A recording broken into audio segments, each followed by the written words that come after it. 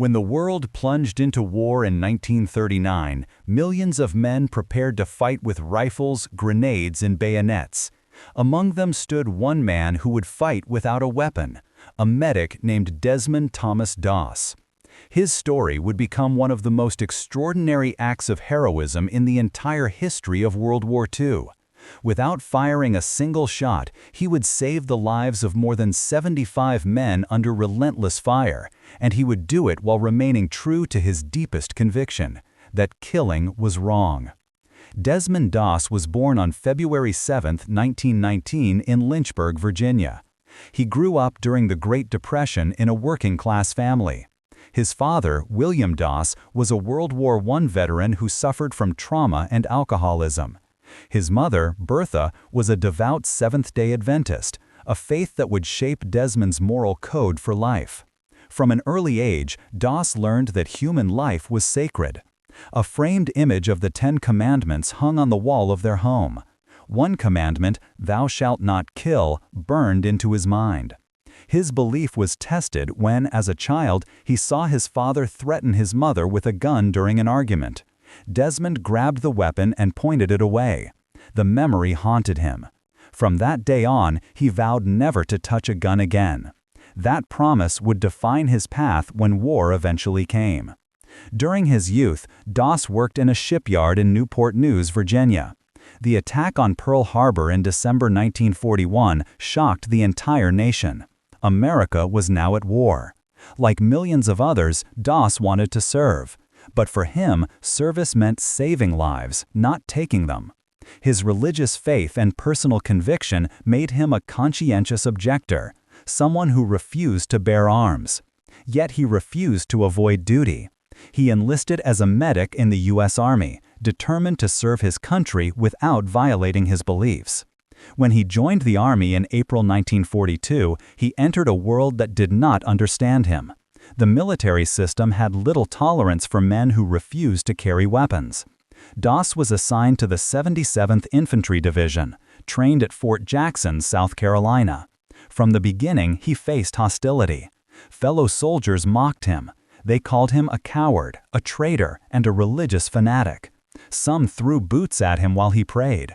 Others threatened him, saying they didn't want a man who wouldn't fight to be beside them in battle.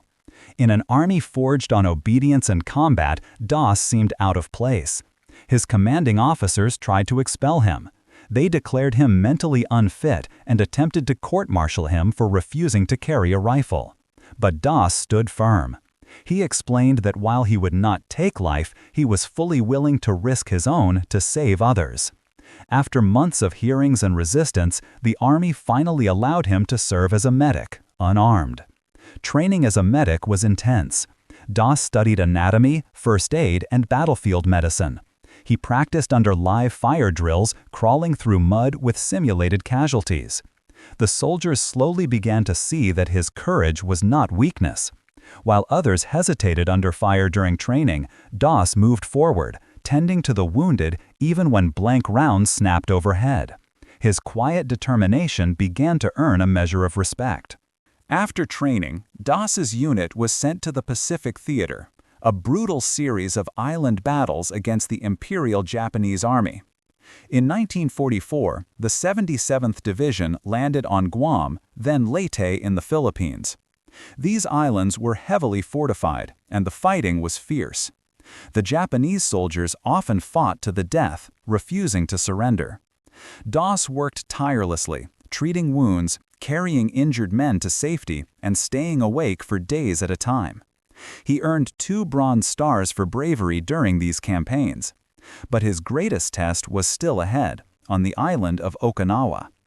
By April 1945, the war in the Pacific had reached its bloodiest stage. Okinawa was the last step before a potential invasion of Japan itself. The island's ridges, caves, and forests made it a fortress. The Japanese defenders were determined to inflict maximum casualties. American forces expected one of the deadliest battles of the war. The 77th Infantry Division was ordered to capture a sheer escarpment nicknamed Hacksaw Ridge, located on the Maeda Escarpment. It was a 400-foot cliff with ropes and cargo nets the soldiers had to climb under enemy fire. The Japanese positions above were fortified with machine gun nests, mortars, and hidden tunnels. The assault began on April 29, 1945. Within minutes, the hillside turned into a killing field. Doss climbed the ridge with his unit, carrying only a Bible, a medic's kit, and his faith. When enemy fire erupted, men fell all around him. Artillery exploded. Machine gun bursts tore through the ranks. The Americans managed to reach the top and push forward, but the Japanese counterattacked fiercely. The order was given to retreat. The slope that had taken hours to climb now became a deadly descent. Amid the chaos, Doss stayed behind. He could hear the cries of wounded men calling for help. He crawled through mud and smoke, dragging the injured one by one to the edge of the ridge. Using a rope sling, he lowered them down to safety. Each trip meant exposing himself to snipers and explosions. Each step was a gamble between life and death. But Doss kept moving, whispering a prayer under his breath. "Lord, please help me get one more." By the time he finally collapsed, he had saved dozens of men, later estimated to be 75. Even those who had mocked him now called him a hero. At dawn on May 5, 1945, the 77th Infantry Division renewed its assault on the Maeda Escarpment, the place now forever known as Hacksaw Ridge. The terrain was an open plateau, stripped of trees by artillery fire, pitted with craters and bunkers. Every approach was covered by interlocking Japanese machine gun nests. The defenders used underground tunnels to appear, fire, and vanish before counterfire could reach them.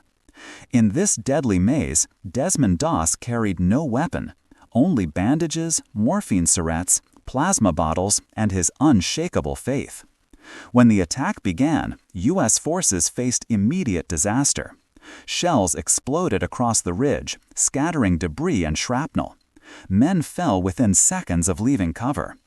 Doss moved among them with calm precision.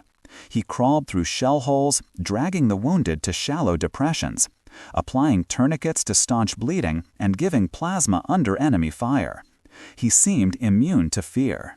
While most soldiers hugged the ground, Doss knelt beside the fallen, whispering encouragement. He refused to take cover until everyone near him had been treated. Eyewitnesses later testified that he worked without rest for nearly 12 hours. Private Ralph Baker recalled seeing him crawl 50 yards through crossfire to reach a man screaming for help. When Doss arrived, the soldier's leg was nearly severed. He applied a splint, injected morphine, and dragged him back by his web belt. Another man, Sergeant Carlton Waldron, said he owed his life to Doss, who bandaged his bleeding shoulder under continuous rifle bursts. Others remembered that Doss never shouted or panicked. He spoke softly, as if the battle didn't exist. As the American assault stalled, orders came to withdraw. Japanese counterattacks swept across the plateau. Mortar shells rained down, and hundreds of men were cut off. The unit pulled back to the cliff edge, sliding down the cargo nets, all except one man. Desmond Doss remained on top, alone, surrounded by enemy forces. He could have climbed down and saved himself. Instead, he went back into the smoke. For hours he moved through the wreckage, listening for cries. Each time he found a wounded soldier, he bandaged him and dragged him to the edge of the ridge. He tied a rope into a makeshift sling, anchored it to a tree stump, and lowered each man one by one. The drop was nearly 40 meters. Every descent took several minutes. From below, Doss's comrades watched in awe as body after body appeared on the rope, not dead, but alive. One soldier whispered, "He's bringing them down. He's really doing it." Through the night, Doss repeated the same prayer, "Lord, help me get one more." By dawn, he had rescued approximately 75 men, though he never counted them himself. The Army later conducted interviews to estimate the number, settling on 75 as an official figure. Even the men who had mocked him now refused to leave the ridge until he was safe. When the division reorganized for a new assault, Doss again climbed the cliff. This time he carried stretchers instead of weapons. On May 8, as troops advanced across the ridge, a Japanese grenade exploded near him. Shrapnel tore through his legs. Refusing evacuation, he treated himself with a rifle stock as a splint and waited 5 hours for help. When stretcher bearers finally reached him, another shell landed nearby, shattering his arm. He set the broken limb with a rifle stock and crawled the remaining distance to the aid station. Even in that state, he insisted that others be treated before him. Medical officers were astonished. In 2 weeks of combat on Okinawa, Doss had worked far beyond the limits of endurance. He refused to rest while others were in danger. His unit later reported that he had personally treated or evacuated at least 300 men during the campaign, many under direct fire. For his actions, he received the Medal of Honor, presented by President Harry S. Truman on October 12, 1945. Doss was the first conscientious objector in American history to receive that distinction. Truman, himself a veteran of World War I, told him, "I'm proud of you. You really deserve this." "I consider this a greater honor than being president." Those words reflected what many soldiers felt, that courage was not measured by the ability to kill, but by the willingness to save. The Battle of Okinawa ended in June 1945 after nearly 3 months of continuous fighting. It was the bloodiest battle of the Pacific War. More than 12,000 American soldiers were killed, and over 100,000 Japanese defenders perished. For the medics, it was an experience beyond comprehension. They worked in conditions of relentless rain, heat, infection, and fear. Among them, Desmond Doss had performed acts that defied both human endurance and military expectation. After being evacuated from the battlefield, Doss was treated at a field hospital near the shoreline. His body carried multiple wounds. Fragments of shrapnel were embedded in his legs, and a fractured arm hung useless at his side. His blood count was dangerously low from infection. Doctors recommended amputation, but Doss refused, saying he still hoped to recover the use of his arm. He spent weeks in recovery, gradually regaining strength. By the time the war ended in August 1945, he was still in a military hospital, unaware that his actions were already being discussed at the highest levels of command. Reports from the 77th Infantry Division described his bravery in meticulous detail. His commanding officer, Captain Vernon, wrote that Private First Class Doss demonstrated gallantry and intrepidity above and beyond the call of duty. Witness statements confirmed that he had repeatedly risked his life without hesitation and had saved men from certain death under direct enemy fire. The division recommended him for the nation's highest military honor. In Washington, the War Department reviewed the documentation and approved the award. On October 12, 1945, Desmond Doss stood on the White House lawn in his formal uniform. His left arm remained in a sling, and his body was still weak from infection. President Harry S. Truman personally presented the Medal of Honor to him. The official citation read that he had saved 75 men at the risk of his own life above and beyond the call of duty. Truman, moved by the humility of the man before him, told the press that Doss's courage represented the truest kind of American valor. For Doss, the ceremony was not a moment of triumph, but of quiet reflection. He later said he accepted the medal on behalf of all medics who gave their lives so others might live. In total, he would spend more than 5 years in hospitals following the war. The injuries he suffered on Okinawa left him permanently disabled. He lost a lung to tuberculosis contracted during his recovery, and lived with chronic pain for the rest of his life. Despite his condition, Doss refused to retreat from public life. He returned to Lynchburg, Virginia, and married Dorothy Shutt, a nurse he had met before the war. They settled in Rising Fawn, Georgia, where he led a modest life away from publicity. He worked as a carpenter and a farmhand when health allowed. His faith remained central to his existence. Every Saturday, he attended Sabbath service at the local Seventh-day Adventist church. He never spoke about the war unless asked, And when he did, he emphasized that God did it all. I just went where he led me. In the post-war years, Doss's story spread quietly through veteran networks and church publications. For decades, his name was known mostly within military medical circles. In 1959, a documentary produced by the Seventh-day Adventist Church titled The Conscientious Objector brought his story to a wider audience. It showed photographs from Okinawa, interviews with surviving veterans, and Doss himself speaking modestly about his role. The documentary emphasized that heroism could exist without violence, a message that resonated in the era of the Cold War and growing social tension. Within the U.S. Army, Doss's example gradually changed institutional attitudes toward conscientious objectors. Before World War II, such individuals were often imprisoned or dismissed as unpatriotic. After Doss, the military recognized that moral conviction did not preclude bravery. He proved that a man could serve honorably without bearing arms. His legacy led to revised procedures for accommodating religious beliefs within the armed forces.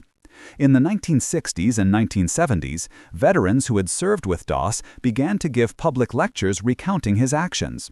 They described a man who never raised his voice, never carried a rifle, and never hesitated to risk his life for others.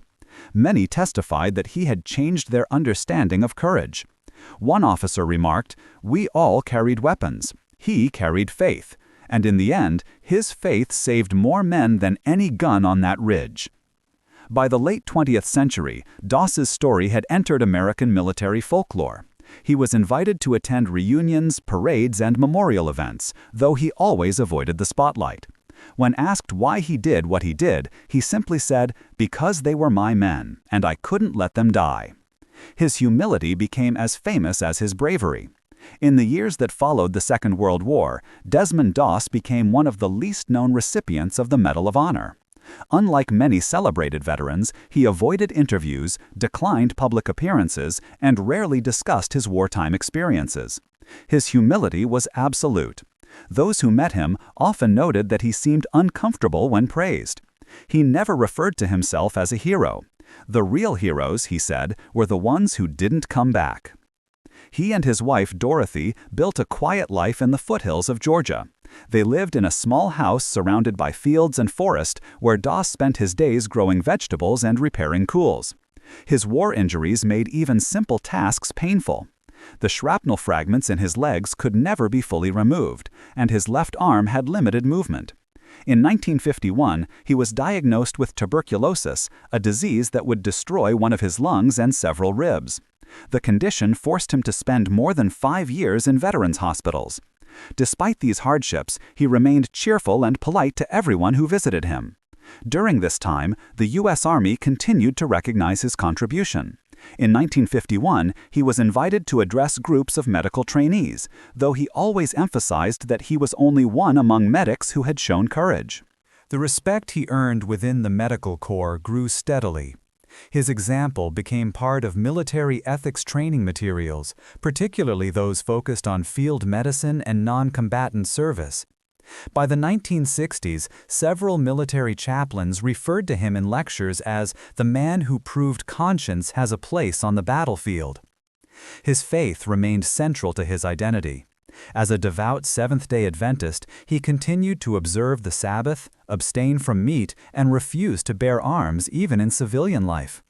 Local residents recalled that he read the Bible daily and often quoted the Sermon on the Mount. His religion, which had once brought him ridicule in the army, became a source of admiration among those who learned his story. Churches invited him to speak at youth meetings and conferences, though he accepted only a few invitations, preferring to stay out of the public eye.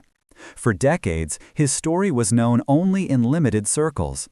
Then, in the 1990s, a renewed interest in World War II history brought Doss's name back to national attention. Historians and documentary filmmakers began rediscovering forgotten heroes, and among them, Desmond Doss stood out as unique. A man who had faced combat without ever firing a weapon. In 2004, director Terry Benedict released a full-length documentary titled The Conscientious Objector.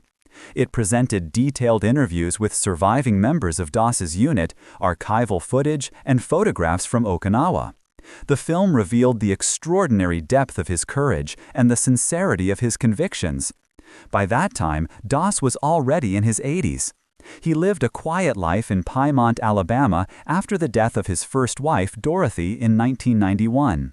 He later married Frances Duman, who cared for him during his final years. Despite frail health and partial deafness, Doss attended the documentary's premiere. Audiences responded with standing ovations. For many, it was the first time they had heard of a Medal of Honor recipient who refused to kill. His story struck a chord in a world weary of conflict, reminding people that moral strength could exist even amid the horror of war. The recognition led to new tributes. In 2004, the U.S. Army named a medical training center after him, the Desmond Doss Health Clinic at Fort Eustis, Virginia. Schools and hospitals across America began to bear his name. His hometown of Lynchburg erected a memorial plaque, and veterans associations across the country invited him as an honorary guest. He accepted these honors with characteristic modesty, often saying that his only wish was that people would learn to live by the Golden Rule. In 2006, Doss passed away at the age of 87. He was buried with full military honors at the Chattanooga National Cemetery in Tennessee. Soldiers from the 77th Infantry Division attended the ceremony, saluting the man who had once refused to carry a gun, yet had shown the highest form of bravery. His grave remains a place of pilgrimage for veterans and pacifists alike. A decade later, his story reached a global audience through cinema.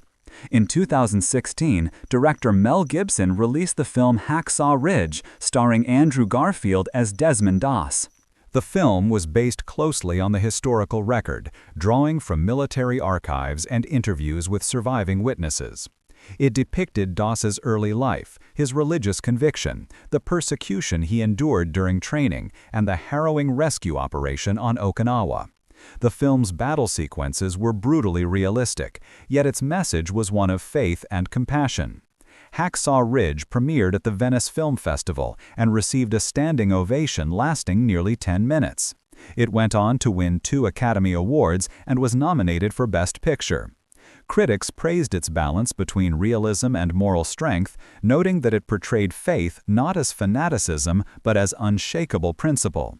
Andrew Garfield, who portrayed Doss, later said that playing the role was a lesson in humility, a chance to understand what real courage looks like. Following the film's release, public awareness of Desmond Doss skyrocketed. His name appeared in textbooks, documentaries, and military ethics courses. The Seventh-day Adventist Church established scholarships in his memory, and several U.S. states declared Desmond Doss Day to honor his legacy. Veterans organizations cited his story as proof that heroism could take many forms, not all of them armed. Doss's life continued to inspire even beyond the realm of faith. Secular audiences recognized in him a universal symbol of moral conviction, a man who proved that duty and conscience could coexist. His courage challenged the assumption that heroism required violence. In military academies around the world, his case is studied as an example of ethical leadership under extreme conditions. More than 70 years after the Battle of Okinawa, the image of Desmond Doss lowering men down the ridge remains one of the most powerful scenes in the memory of the Second World War. The ropes he used are preserved in museums. His blood-stained Bible, carried through battle, remains one of the most visited artifacts at the National Museum of the U.S. Army. The legacy of Desmond Doss extends far beyond the story of one man's bravery. It touches on questions that reach into the core of human morality. What does it mean to serve without hate? Can faith survive the battlefield? And is it possible to fight for peace without taking life? In the 70 years since the end of World War II, historians, theologians, and soldiers alike have continued to study these questions through the example of the medic from Lynchburg. Within the U.S. military, Doss's service redefined the image of the conscientious objector. Before him, such individuals were often dismissed as unpatriotic or cowardly. During the First World War, objectors had been imprisoned or forced into labor camps. The experience of Desmond Doss changed that perception. His conduct proved that devotion to conscience could coexist with patriotism and courage. In 1951, the U.S. Army issued new guidelines recognizing the right of soldiers to refuse combat duties on religious grounds, provided they were willing to serve in other capacities. The Doss precedent became part of military legal history. Military historians have also placed Doss's actions within the broader framework of battlefield medicine. His conduct on Okinawa demonstrated the highest possible standard of combat medical ethics, complete self-sacrifice under fire. Without anesthesia, without proper tools, and without backup, he performed procedures that would later be used as examples in military medical training. His technique for lowering wounded men from the ridge using improvised ropes was analyzed and reproduced in later Army manuals as a case study in emergency evacuation. Among religious scholars, Doss's life became a symbol of living faith. The Seventh-day Adventist Church regards him as one of its most influential modern members. His refusal to carry a weapon was rooted not in defiance of authority, but in obedience to his interpretation of the Ten Commandments. That distinction, obedience to moral law over human command, has made his story a central case in studies of Christian pacifism. Theologians often describe him as a soldier of mercy, a term that encapsulates the paradox of his service, a man who fought for life, not victory. His influence also reached outside religion. Philosophers and ethicists have cited Doss as an example of moral integrity under extreme pressure. He demonstrated that personal conviction could remain unbroken even in the most dehumanizing circumstances. In an age of mass warfare, his individual choice stood as a moral counterweight to the industrialized violence of the 20th century. Writers like John Bradshaw and historians such as Richard Bednar have called him the conscience of Okinawa. In the context of the Second World War, Doss's actions belong to a larger but often overlooked tradition of battlefield compassion. Medics across all nations, American, British, Soviet, German, and Japanese, risked their lives to save others. Many worked unarmed, protected only by red crosses painted on their helmets. Yet few reached the symbolic stature of Doss, whose faith-driven determination and survival under fire turned his rescue of 75 men into one of the war's defining acts of moral courage. Doss's recognition by President Truman carried immense symbolic weight. The Medal of Honor, typically awarded for acts of combat valor, had never before been given to someone who refused to bear arms. In that sense, Doss transformed the meaning of the medal itself. It was no longer solely an emblem of battlefield aggression, but also a recognition of humanity under fire. His example broadened the definition of heroism to include compassion, mercy, and conviction. In later decades, his name appeared in military ethics curricula, humanitarian lectures, and leadership programs. The U.S. Army Medical Department holds annual ceremonies in his memory, emphasizing that every medic carries forward his legacy. The words engraved on his memorial, "He risked his life to save others," are not merely a tribute but a professional standard. In training centers, new medics learn about him as part of their oath, reminding them that courage is measured not by destruction but by preservation. Culturally, the story of Desmond Doss bridged the divide between faith and secular heroism. The success of Hacksaw Ridge in 2016 introduced him to a global audience that had grown distant from the values of sacrifice and duty.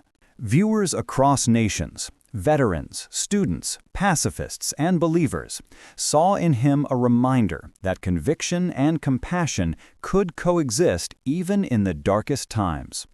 The film revived discussions about the moral limits of warfare and the power of personal conscience in institutions built on obedience. In Japan, where the Battle of Okinawa remains a tragic chapter of national history, Doss's actions are remembered with quiet respect. Japanese historians have noted that he embodied the spirit of Jinsei no Sangen, the dignity of life, a value deeply rooted in both Christian and Buddhist thought. His refusal to kill, even while surrounded by death, resonated with those who saw the Pacific War as a warning against the loss of humanity. Today, memorials dedicated to Doss stand in museums, military bases, and churches. The National Museum of the U.S. Army displays his original medic's bag, the rope he used to lower wounded soldiers, and the Bible that accompanied him through every battle. Each object tells a story of principle carried through chaos. In Lynchburg, Virginia, a bronze statue depicts him not with a weapon, but with a wounded soldier across his shoulders, a representation of service through compassion. Desmond Doss's life reminds us that courage does not roar. Sometimes it kneels beside the dying, whispering words of hope in the noise of war. He entered the battlefield without a gun and left behind a legacy stronger than any weapon. His example endures not because he took lives, but because he refused to. In every war, there are those who destroy and those who save. Doss belonged to the latter.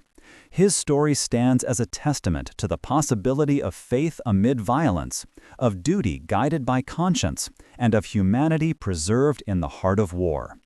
When asked once what sustained him through the terror of Okinawa, he answered simply, "Because I couldn't leave them there. They were my brothers."